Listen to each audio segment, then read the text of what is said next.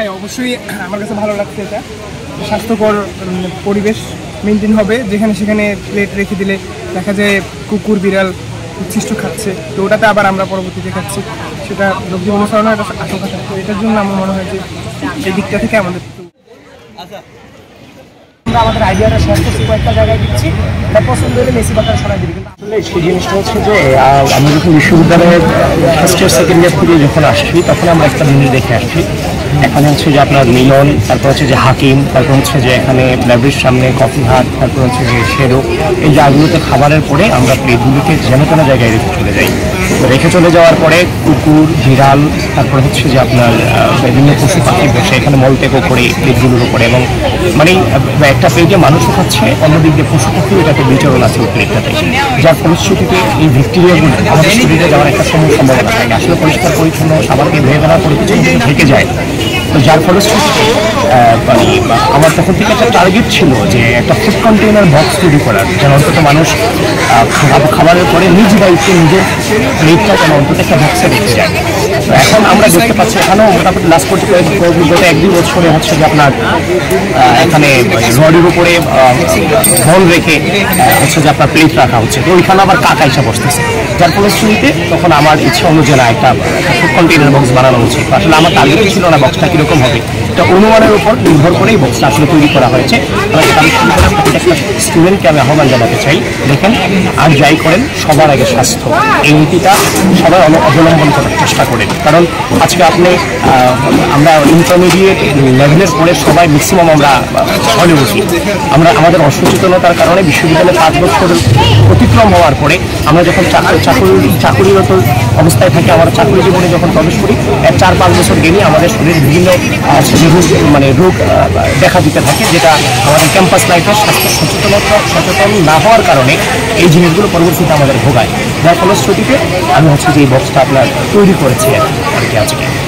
এটাই আমরা বিভিন্ন আপনার হচ্ছে যে ওই শেডুতে দেওয়া হবে, এখানে লাইব্রেরির সামনে দেওয়া হয়েছে, মিলনে, হাকিমে, কফি হাতে এবং চারুকলায়, এই আপাতত এই জায়গাগুলোতে আমরা এই বক্সটাকে বসানোর চেষ্টা করছি। আচ্ছা, এই জিনিসটা আসলে ধন্যবাদ। এই জিনিসটা জিজ্ঞেস করার কারণে আসলে দেখেন আমরা স্টুডেন্ট রাজনীতি করি, ছাত্র রাজনীতি করি, ছাত্রদের কল্যাণে করতে হয়। এই বক্সটা নিয়ে আমার চিন্তা ভাবনা ছিল না আগেই যখন সেকেন্ডারি ছিলাম, কিন্তু বিশ্ববিদ্যালয়ে পারিপার্শ্বিক পরিস্থিতির কারণে আসলে এগুলো করে হয়ে ওঠেনি। এখন কথা হচ্ছে আমি তো মাত্র 5-6টা বক্স আমি তৈরি করেছি। আমি তো ঢাকা বিশ্ববিদ্যালয়ে যদি আপনি বক্স দিতে হন তো 100 উপরে বক্স দিতে হবে প্রপারলি যদি সব জায়গায় আপনি দিতে চান।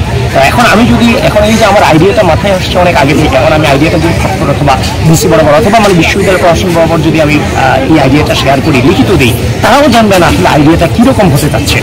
তো এখন বিশ্ববিদ্যালয়ের স্টুডেন্টরাও জানবে না যে যারা ছাত্র রাজনীতি করে এদের জন্য এরা কিছু করছে, যার ফলশ্রুতিতে আমি 5-6টা বক্স তৈরি করেছি। এটা জাস্ট আইডিয়া শেয়ার।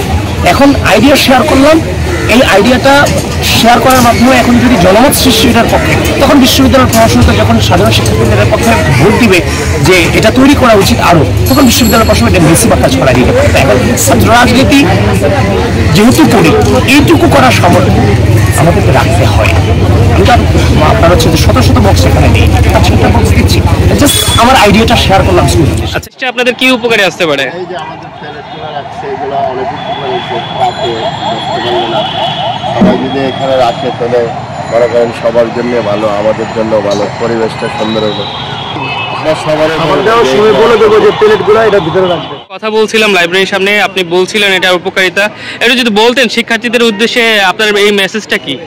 আসলে শিক্ষার্থীদের উদ্দেশ্যে আমার মেসেজ হচ্ছে, আমাদের যে slogan hygiene is the first line of defence against illness, আমি ঢাকা বিশ্ববিদ্যালয়ের প্রত্যেকটা শিক্ষার্থীর প্রতি করজোড়ে অনুরোধ জানাচ্ছি, আজকের পর থেকে যারা মিলনের দিকে, হাকিমের দিকে, লাইব্রেরির দিকে, কফিহাটের দিকে এবং শেডো এবং চারুকলার দিকে যারাই খাওয়া দাওয়া করবেন, আপনাদের কাছে অনুরোধ, আপনারা নিজ দায়িত্বে আপনাদের খাবারের পাত্রটা আমাদের এই ফুড কন্টেইনার বক্সটাতে রেখে যাবেন। সবার আগে স্বাস্থ্য, এই নীতিটাতে আমরা বিশ্বাস করতে চাই। আজকে আপনারা জানেন যে আমি নিজেও বাংলাদেশ জাতীয়তাবাদী ছাত্রদল, ঢাকা বিশ্ববিদ্যালয় ছাত্রদলের জয়েন্ট সেক্রেটারি।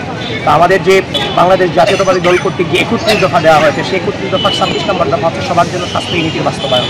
কারণ সবার জন্য স্বাস্থ্য ইউনিটের বাস্তবায়ন তো কনক্রিটের হসপিটাল রিক্রুটমেন্ট দিয়ে সম্ভব না।